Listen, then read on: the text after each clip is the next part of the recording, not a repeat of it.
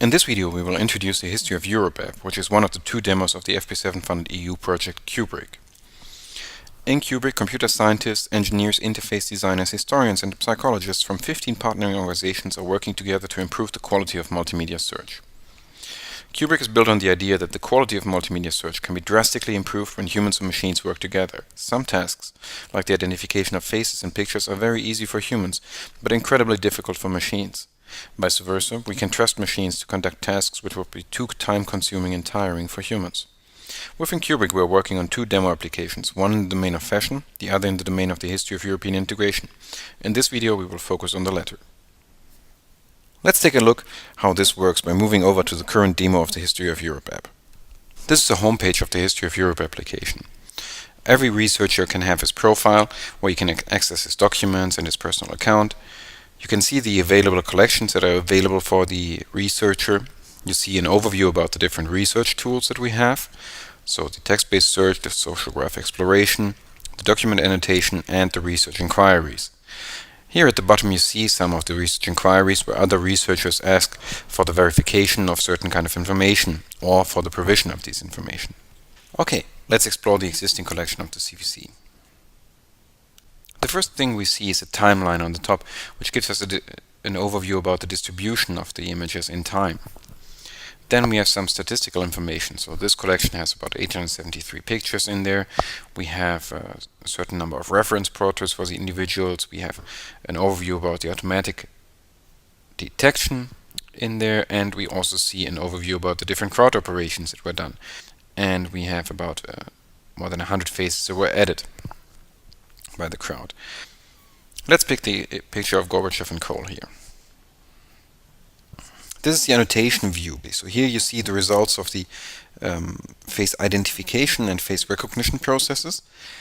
With this little switch I can turn off the crowd filtering, and as you will notice, so this was what came out of the algorithm itself.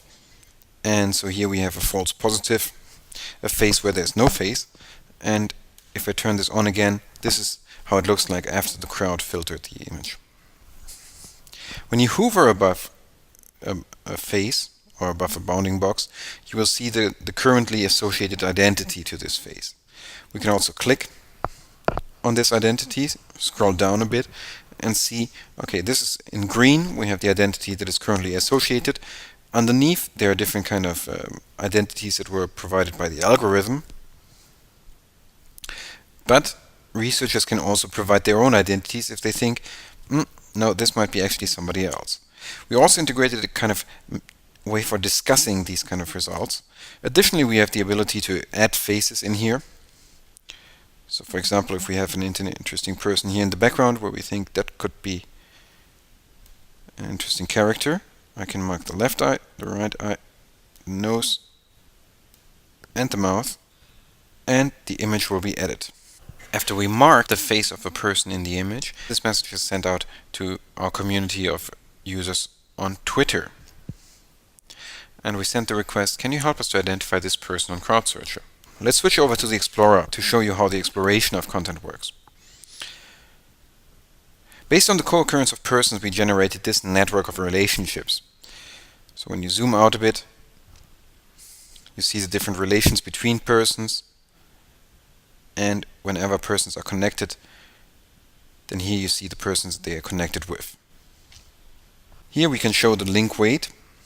If we turn this off, then every link is equal, no matter how many different documents connect them together. When I click on a specific person, I switch to the ego graph view. So the ego graph offers on the right hand side an information about this person. The first two phrases from the Wikipedia description of the person, where I can also read more. Here I have the date and birth of that person and relationships of that person, according to our sources. Another interesting thing is that if you scroll down, you see the actual sources in here. And when I hover over the image, you see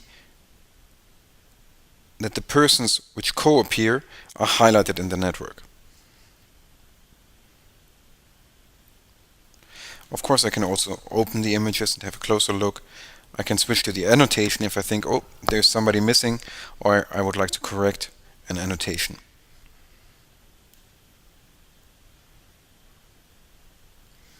Besides the images, the content is also extended through other links and information that we found.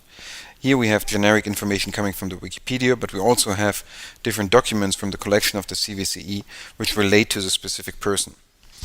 Okay, let's switch back to the overview graph.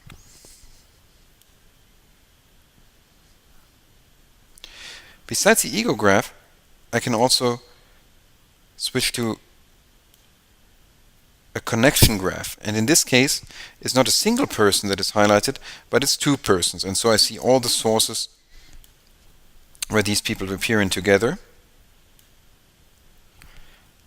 and similar I see all the documents where the two persons are mentioned together. With this we would like to thank you for watching and point to our website and our Twitter account for additional resources. Thanks a lot for your attention.